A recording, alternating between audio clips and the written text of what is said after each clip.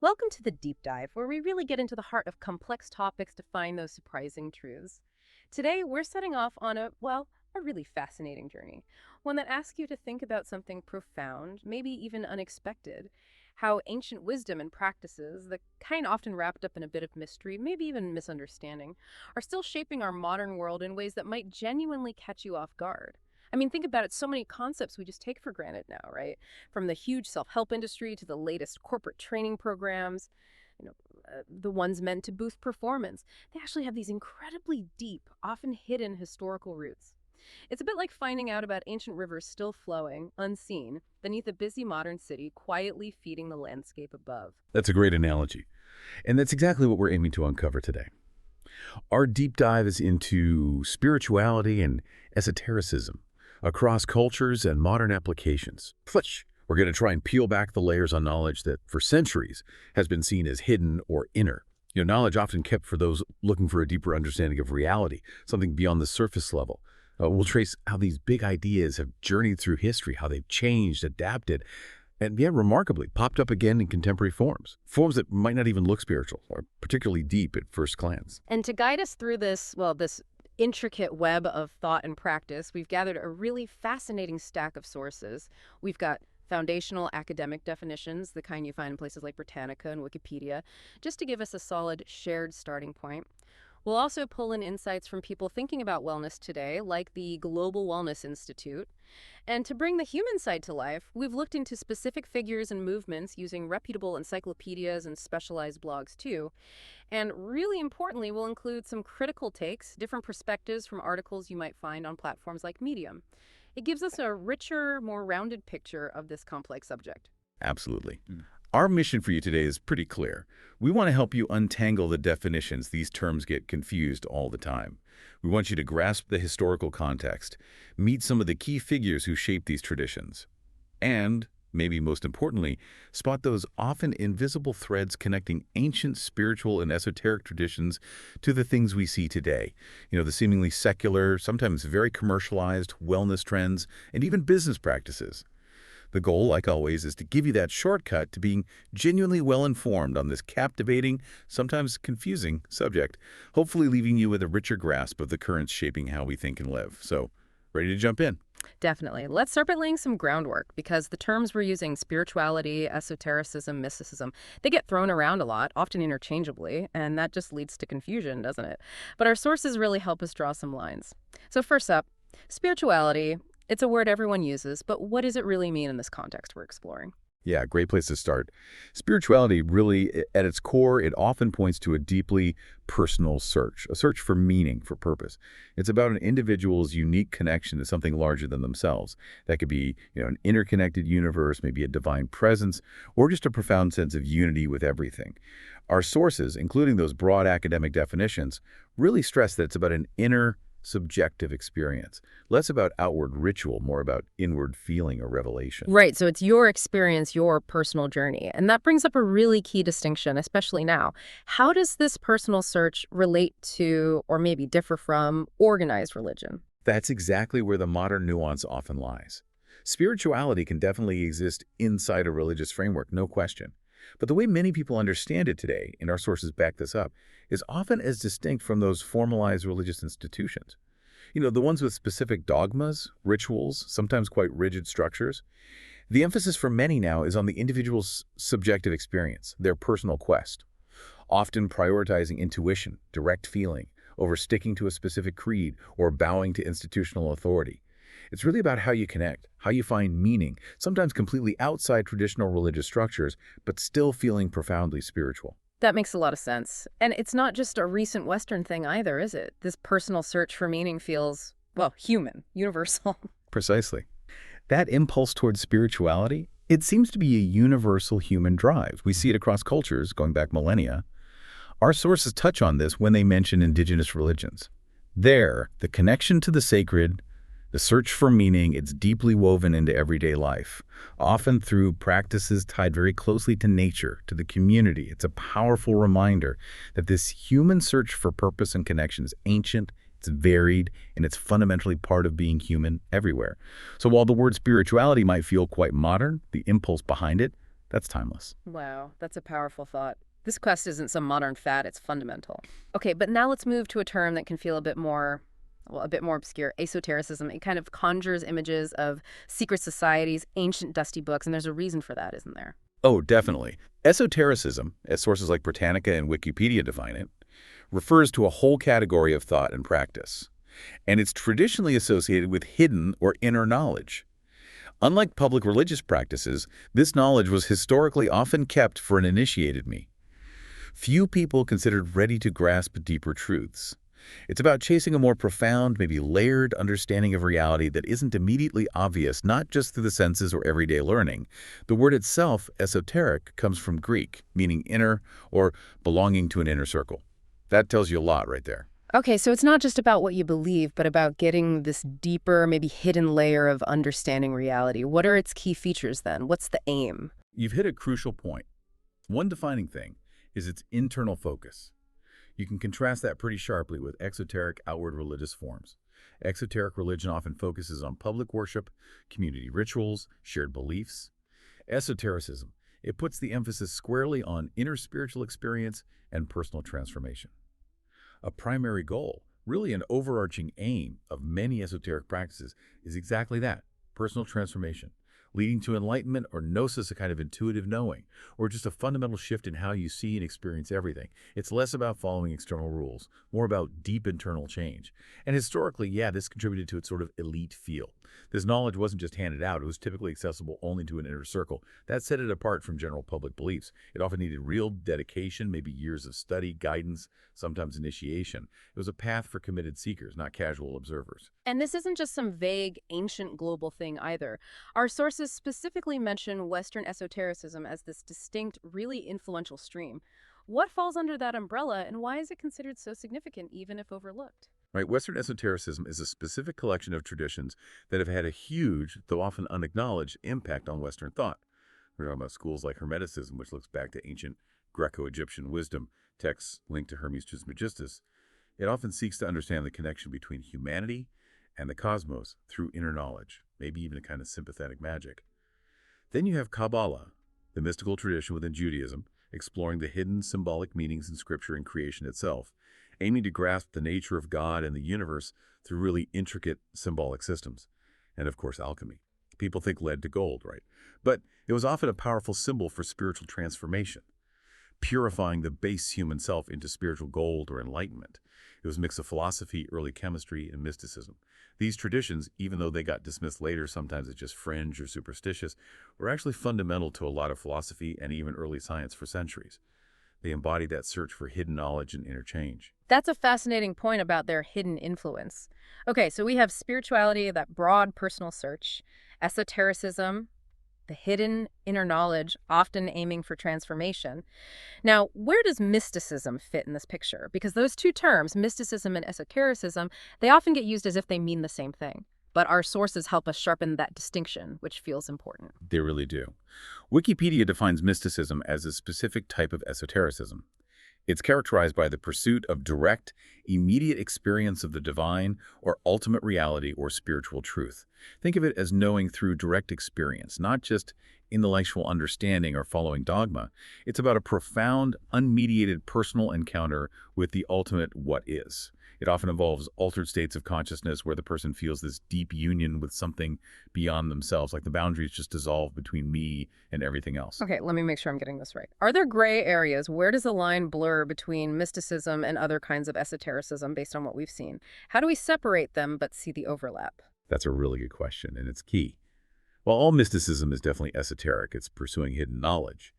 Deep inner experience, not all esotericism is strictly mystical. So esotericism can cover a broader range of practices and studies. Things like numerology exploring the hidden meaning of numbers, or astrology trying to understand cosmic influences, or even certain types of ceremonial magic. These might involve hidden knowledge, internal development, sure, but they don't always necessarily aim for that direct, unmediated experience of the divine or ultimate reality. Mysticism, though, is specifically about that direct encounter, that profound union. It's often the core, maybe the central component within wider esoteric traditions. It focuses on the ultimate experiential aspect of waking up spiritually. So if esotericism is the big umbrella category for hidden knowledge and inner work, mysticism is a specific, powerful path under that umbrella, focused squarely on directly apprehending ultimate reality. That distinction really helps. Like mysticism is a specific kind of summit you can reach within the larger mountain range of esotericism. Okay, changing gears slightly. Having looked at these ancient definitions and deep inner goals, it's fascinating how the very human search for well-being, which feels so now, with wellness apps and retreats everywhere, actually has roots stretching just as far back. Wellness is everywhere today, but our sources really push back against the idea that this is some purely modern thing. Oh, completely. The Global Wellness Institute blog puts it bluntly. Wellness is not a new tradition. It dates far back in its origin. And that's a hugely important point we often miss in our modern commercial view. The modern industry might brand it and sell it, sure, but the basic human drive for holistic well-being covering body and mind is ancient. The source specifically notes how mental wellness, especially, grew out of these ancient traditions. It wasn't just invented last year to sell us stuff. This really sets the stage for understanding the deep historical line connecting practices aimed at inner well-being directly back to those spiritual and esoteric threads we just talked about. This deep history shows modern wellness trends aren't just fads. They're often the modern reappearance of humanity's timeless search for wholeness, often driven by the same worries and questions ancient traditions tackled, just repackaged for today. It's really striking how wellness isn't new, it's baked into history. And when we talk inner well-being, especially in spiritual paths, we inevitably hit concepts like enlightenment and self-realization. These are huge ideas, important across cultures, often the ultimate goal of these paths, East and West. They're huge, and our sources give us some great examples, showing both what they share and their different flavors. Take Buddhist enlightenment, central to Buddhism, right? Wikipedia describes it as the ultimate spiritual goal, an awakening to the true nature of reality. And this isn't just getting an idea intellectually, like understanding a difficult book. It's a profound, life-changing experiential state. It leads directly to being free from suffering. It's about seeing things as they really are, shedding illusions and ignorance, and reaching this state of deep peace and freedom, nirvana. It completely reshapes how you see and live your life. Wow. An awakening that totally redefines your experience. Yeah. And then we have figures like Ramana Maharshi, different tradition, but strongly linked to self-realization. Who was he, and how did his teachings connect to this ultimate inner discovery? Ramana Maharshi, yeah, detailed in Wikipedia in places like Enlightened People, was a major Indian sage in the 20th century. His quiet presence and simplicity kind of hid the depth of his insights. His core teaching often boiled down to the direct question, who am I, as the path to realizing your true, eternal self or identity. He taught that this true self is beyond the temporary ego, beyond your personality, beyond the endless stream of thoughts in your mind. And this wasn't about finding an answer in a book or winning a debate. It was a deep, direct look within process. He stressed that the self is always here, always real. The constant inquiry just helps dissolve the illusions, the false ideas we have about who we are, leading to a direct experience of our fundamental, unchanging nature. So whether it's Buddhist enlightenment or Ramana Maharshi's self-realization, even with different origins, there's this powerful common thread running through them, isn't there? Absolutely. What really stands out is that reaching these profound states, enlightenment, self-realization, whatever the name is, a common, often the ultimate, goal across so many different spiritual and esoteric traditions, East or West. They all point towards a fundamental shift in consciousness, a freedom from ordinary limits and suffering, and a deep, real connection to ultimate reality. This shared aim really represents that enduring human quest at the heart of so many practices, the ultimate prize of the inner journey. That's a really fascinating bridge across traditions. Now let's bring in some hugely influential figures whose work connects these ancient ideas with more modern psychological and philosophical thinking, even bringing them into the mainstream. We absolutely have to start with Carl Jung. You might think his analytical psychology is just about the mind, but our sources show he went so much deeper, almost linking the secular and the sacred. Jung's analytical psychology, yeah, as discussed in sources like Get Therapy Birmingham and The Collector, really did integrate spiritual and mythological dimensions into understanding the psyche in a way that was revolutionary for his time. He went way beyond just looking at things as purely pathological or purely rational, which was common then. For Jung, our human experience was deeply tied to universal archetypes, the collective unconscious, myths, profound spiritual impulses. His deep dive into God, religion, the archetypal stuff, it wasn't a side project. It was central to his whole philosophy. He didn't see the spiritual quest as some kind of problem or neurosis, but as fundamental to becoming psychologically whole and integrated. He saw the psyche as naturally capable of, even leaning towards, spiritual experience. That's a huge step away from some other psychological schools seeing the spiritual not as a problem, but as vital for mental health. And then there's his idea of synchronicity. This one always kind of bends my mind a bit because it feels so close to the esoteric. What exactly is synchronicity, and how does it link to these hidden dimensions we've been talking about? Synchronicity, explored by the artifice, is one of Jung's most intriguing and often misunderstood ideas. He defined it as meaningful coincidences that you just can't explain through cause and effect. It's more than just random chance. It's when an inner state, like a thought, a feeling, an image in your mind, seems to line up perfectly with something happening in the outer physical world. And it feels deeply significant, purposeful, even though there's no direct causal link you can point to. Jung thought this hinted at an underlying interconnectedness between our inner world and outer events, maybe some deeper non-causal organizing principle in the universe. It's often seen as a bridge, really, between the material world and the esoteric, where the universe seems to speak to your inner state, or vice versa, in a way that feels profoundly meaningful, more than just luck. It suggests some hidden intelligence at play, beyond our usual understanding of how things work. That really does sound like a bridge to the esoteric, hinting at hidden connections, a deeper order. Okay, moving to another influential school, the fourth way. This is a path of self-development you might not hear about every day, but it has a significant, dedicated following because its approach is pretty unique. The fourth way, yes, Wikipedia has details on this. It's a system of self-development taught by G.I. Gurdjieff, the Armenian philosopher and mystic, back in the early to mid-20th century. What makes it really distinct and quite revolutionary for its time was that it was designed specifically for people living ordinary lives, people with families, jobs, social commitments, not just for monks or hermits off in seclusion. It fundamentally argued that real spiritual work, genuine inner awakening, can and should happen right in the middle of the world with all its demands, not separate from it. So you don't need to escape to a mountaintop. You can find it right there in your daily life. What are its core ideas? How does it manage that integration? Exactly. Gurdjieff's basic idea was that most people live in a state of waking sleep, mostly unaware of their true potential. He talked about three traditional ways to develop. The way of the faker, focusing on the physical body, world power. The way of the monk, focusing on emotions, faith. And the way of the yogi, focusing on the mind, intellect. But Gurdjieff proposed a fourth way, a path of conscious evolution that integrates all three.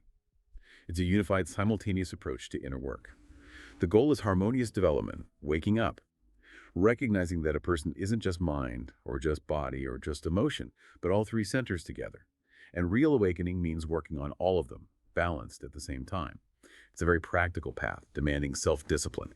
It focuses intensely on rigorous self-observation and specific exercises meant to help you reach higher states of consciousness and just be more present in daily life. It's about becoming truly conscious, right here, right now. I can definitely see the appeal for someone wanting deep growth without dropping out of life.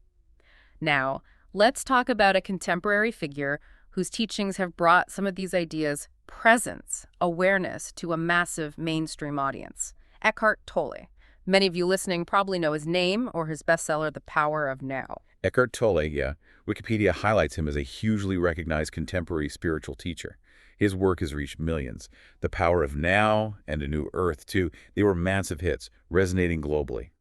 His core philosophy really stresses the profound importance of living right now in the present moment, transcending the constant mental chatter of the egoic mind and connecting with this underlying state of peaceful awareness. He basically teaches that most of our suffering comes from getting lost in thoughts about the past or worries about the future. And that real peace, joy, spiritual understanding is found right here in the immediate conscious presence of the now. And his impact has just been enormous. He took concepts that could seem esoteric or mystical, like getting beyond the ego, finding peace through stillness, and made them incredibly accessible, relatable, practical for a modern audience drowning in mental noise. Absolutely. His teachings, often put in simple, clear language, really struck a chord with a huge modern audience, people looking for inner peace, for spiritual understanding, but maybe outside of traditional religious boxes.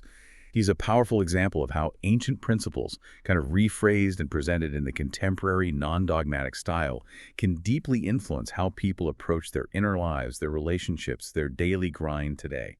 He really bridges that gap between deep wisdom and practical application for millions. Another powerful and truly ancient spiritual practice that embodies so many esoteric principles connecting humans to unseen realms to the natural world is shamanism. This isn't some new age trend that just popped up. It's one of humanity's oldest, most fundamental ways of engaging spiritually. That's so true.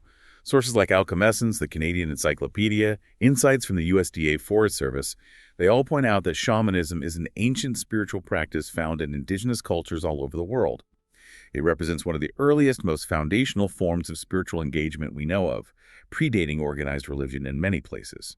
And at its heart is the shaman. The shaman isn't just a priest or a leader. They're a spiritual healer, a guide, and crucially, an intermediary, someone who mediates between our physical world and the spirit world. They undertake these journeys, people call them soul flights or spirit journeys, to heal people or the community, for divination, seeking guidance, or maybe a recovering lost spiritual power. So it's about direct interaction with unseen realities, a truly experiential, direct connection. That definitely sounds deeply esoteric. What about their practices and that deep connection to nature? Well, shamanic practices often involve deliberately entering altered states of consciousness. This can happen through different means, sometimes rhythmic drumming, chanting, repetitive dancing, or, as the USDA Forest Service reference suggests, through the ceremonial use of specific psychoactive plant medicines, used as sacred tools for insight, not recreationally. These altered states aren't seen as escaping reality, but as a deliberate way for the shaman to travel through different realities, often conceived as lower, middle, and upper worlds, to access hidden knowledge, talk to spirits, bring back information vital for the community. And crucially, there's always this profound essential connection to the natural world. Shamans often see nature as alive, full of spirits, a source of deep wisdom, not just resources to be used. They work with the environment, recognizing everything's interconnected. And that's where the esoteric link is just crystal clear. Shamanism embodies esoteric principles because it focuses on direct experiential access to hidden realities and knowledge, stuff not available through ordinary perception, through just the five senses. It's a path of direct knowing, bypassing normal understanding to get profound truths. This journey through definitions, ancient roots, key figures, it really sets us up to understand how these concepts, these ancient currents of human seeking, have kind of morphed and shown up in our world today. Sometimes in surprising ways, sometimes. Well, profoundly commercialized ways. Let's dive into some of those modern manifestations, starting with something that has just exploded. Hmm. Mindfulness. You hear about it everywhere, but where did it actually start and what's changed? That's a really critical question. As sources like Reddit discussions and academic texts remind us, mindfulness has deep, deep roots in ancient Buddhist meditation. It wasn't just a technique, it was, and still is, integral to the whole path towards enlightenment in Buddhism. It's a core part of cultivating wisdom, compassion, freedom from suffering, a fundamental practice for waking up to how things really are. And it's not just about paying attention, it's about paying attention with a specific quality of awareness, non-judgmental, accepting, compassionate, all within an ethical framework. So originally, a profound spiritual and ethical practice deeply tied into a whole philosophy. But then it got secularized, popularized in the West, largely thanks to one key person, Jon Kabat-Zinn. How did that happen? Exactly. Jon Kabat-Zinn, as Very Well Mind and that Critical Medium article point out, is seen as the pivotal figure who really secularized and popularized mindfulness in the West. He developed mindfulness-based stress reduction, MBSR, back in the late 70s, early 80s, specifically at the University of Massachusetts Medical Center. He essentially took these ancient meditative techniques and repackaged them into an accessible, evidence-based program designed to help people manage stress, chronic pain, illness, without needing to buy into any specific religious or spiritual beliefs. His aim was to make the benefits of mindfulness available much more broadly in a clinical, secular setting. And it's been incredibly effective, right? Which led to it being adopted everywhere. The evidence for its benefits seems pretty strong. It has been remarkably effective, yes. Our sources, including research from places like PMC and CBI, show MBSR significantly helps with stress reduction, improving mental wellness, better emotional regulation, even managing chronic pain. That scientific backing naturally led to it spreading widely, not just in healthcare and therapy, but big time in schools, universities, and maybe most visibly, in corporate settings. You find mindfulness workshops, apps promoted in boardrooms, employee wellness programs all over the world now. Its reach is huge. Which brings us to an important and, sometimes uncomfortable critique. Making mindfulness accessible is great, obviously, but it's also drawn a lot of criticism, hasn't it? It absolutely has. That Medium article, The Father of Mindfulness, among others, spells out the critique very clearly. The worry is that this huge commercialization and secularization, while it definitely broadens reach, can sometimes strip mindfulness from its original deep context. The ethical, compassionate, liberation-focused spiritual context. The critique suggests it risks becoming just a tool for productivity, stress management, getting ahead in a hyper-capitalist world, rather than being part of a holistic path towards real inner transformation, freedom from suffering, ethical living. Some see it as being emptied of its deeper meaning and purpose, becoming just a self-optimization technique instead of a path to awakening. The question becomes, is it still mindfulness? Or has it become McMindfulness, or just mind business? That's a powerful challenge, like taking a complex, precious gem and only valuing its surface sparkle or market price. Another prime example of this shift from deep spiritual discipline to global industry is yoga. For so many today, it's just exercise, but its roots go much, much deeper. Oh, absolutely. The Hindu-American Foundation is very clear. Yoga is not just physical exercise. It's a profound spiritual and philosophical system with deep, ancient roots in Hinduism. It covers way more than just the postures, the asanas. It also includes complex ethical principles, nonviolence, truthfulness, things like that, breathing techniques, pranayama, meditation, various forms of inner discipline, all ultimately aimed at spiritual liberation, self-realization, union with the divine. It's a whole system for inner awakening, a lifestyle, a philosophy. So a complete system, a spiritual path, not just a workout. But it has undeniably changed, as our sources note, from that ancient practice to something very different today. What does that evolution look like? Yeah. The change has been dramatic. Journal's LWW talks about its history, how it went from this ancient practice focused on spiritual growth and self-realization to what's now a massive global business, a fitness trend with studios, clothing lines, celebrity teachers. Now, this evolution has definitely brought physical and mental benefits to millions who might never engage with traditional spiritual paths otherwise. But for some, that very success creates a big disconnect. And this leads straight to that critique, Yeah. the commodification, and some call it the whitewashing of yoga. What are the main concerns there? Exactly. The New University article tackles this head-on. Modern Western yoga is often accused of commodifying and whitewashing its Hindu origins. What that means is its deep cultural and spiritual significance sometimes gets erased, ignored, or just trivialized, turned into a commercialized wellness culture product instead. This taking it out of context can lead to exclusion, alienation for people from the culture it came from, who see their heritage reduced to a trend. And more broadly, it can mean losing its deeper transformative meaning. It becomes mainly about the physical benefits, the look, the trendy lifestyle, rather than the profound spiritual journey it was originally meant to be, liberating the soul. The worry is that a practice meant to connect you with the divine within ends up being disconnected from its divine roots. That's a really crucial perspective, showing how these ancient practices can lose their core meaning when they get absorbed by and defined by commercial interests. And speaking of commercialization and surprising places, let's talk about something really fascinating, maybe a bit provocative. Occult management. Sounds like something from a conspiracy theory, right? But Jules Evans' work looks at how ideas from alternative spiritualities have actually seeped into modern management and corporate culture, often in surprising ways. It is a really captivating, sometimes controversial area. Jules Evans explores this in his insightful Medium articles. He looks into how ideas and concepts from alternative spiritualities, esoteric traditions, even the New Age movement, have subtly, in many cases, filtered into modern management and corporate thinking. Now, we're not talking about executives holding seances or anything dramatic like that. It's more nuanced, often an unacknowledged borrowing of certain principles or techniques. Okay, so give us some concrete examples. How do we see these echoes of the esoteric or spiritual showing up, often without credit, in the workplace? Well, you see things like mindfulness for productivity, which, as we just discussed, is a secularized version of a spiritual practice, but here it's applied specifically for corporate results. Then you have visioning exercises and strategy meetings where teams visualize success, concepts of manifestation and setting goals, where the idea is positive thinking shapes outcomes, or peak performance strategies that lean heavily on inner states, mindset, visualization to hit business targets. These strategies often subtly borrow from or echo esoteric and mystical ideas like the power of intention, the law of attraction, shaping reality with consciousness, usually without explicitly saying where they came from. They get reframed as purely secular psychological tools for efficiency, innovation, or employee wellness. But the mechanics underneath often echo much older, deeper spiritual principles. It's almost like the spiritual ideas get stripped down, put in corporate suits, and become tools for profit. What are the motivations, and what are the main criticisms? The motivations, from the company's view, can seem genuinely positive. Improve employee well-being, boost creativity, build better teams, increase performance. Companies might honestly believe these practices help their bottom line and make employees happier, and sometimes they do offer real psychological benefits. But the critique, which Evans articulates well, focuses on this decontextualization, or maybe more sharply, the instrumentalization of spiritual practices purely for commercial gain. And here's a key point.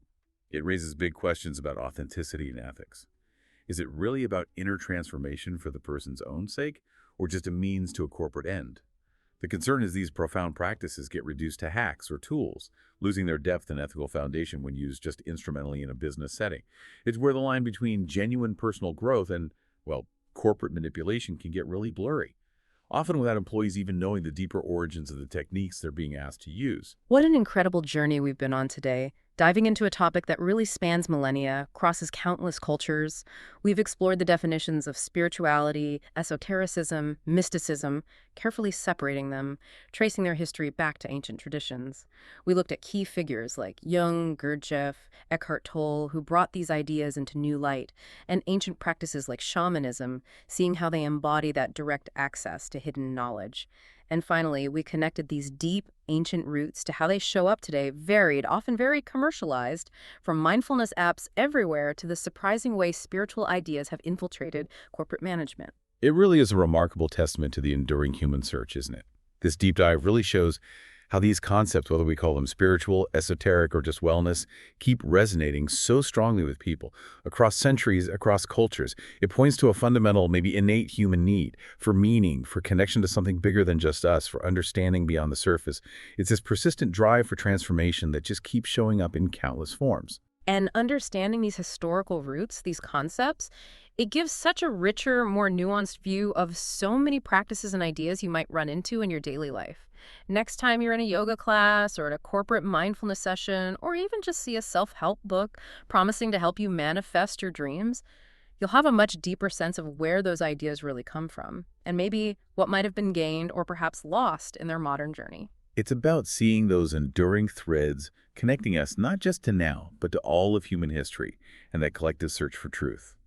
So let's leave you with this thought to chew on as you go about your day.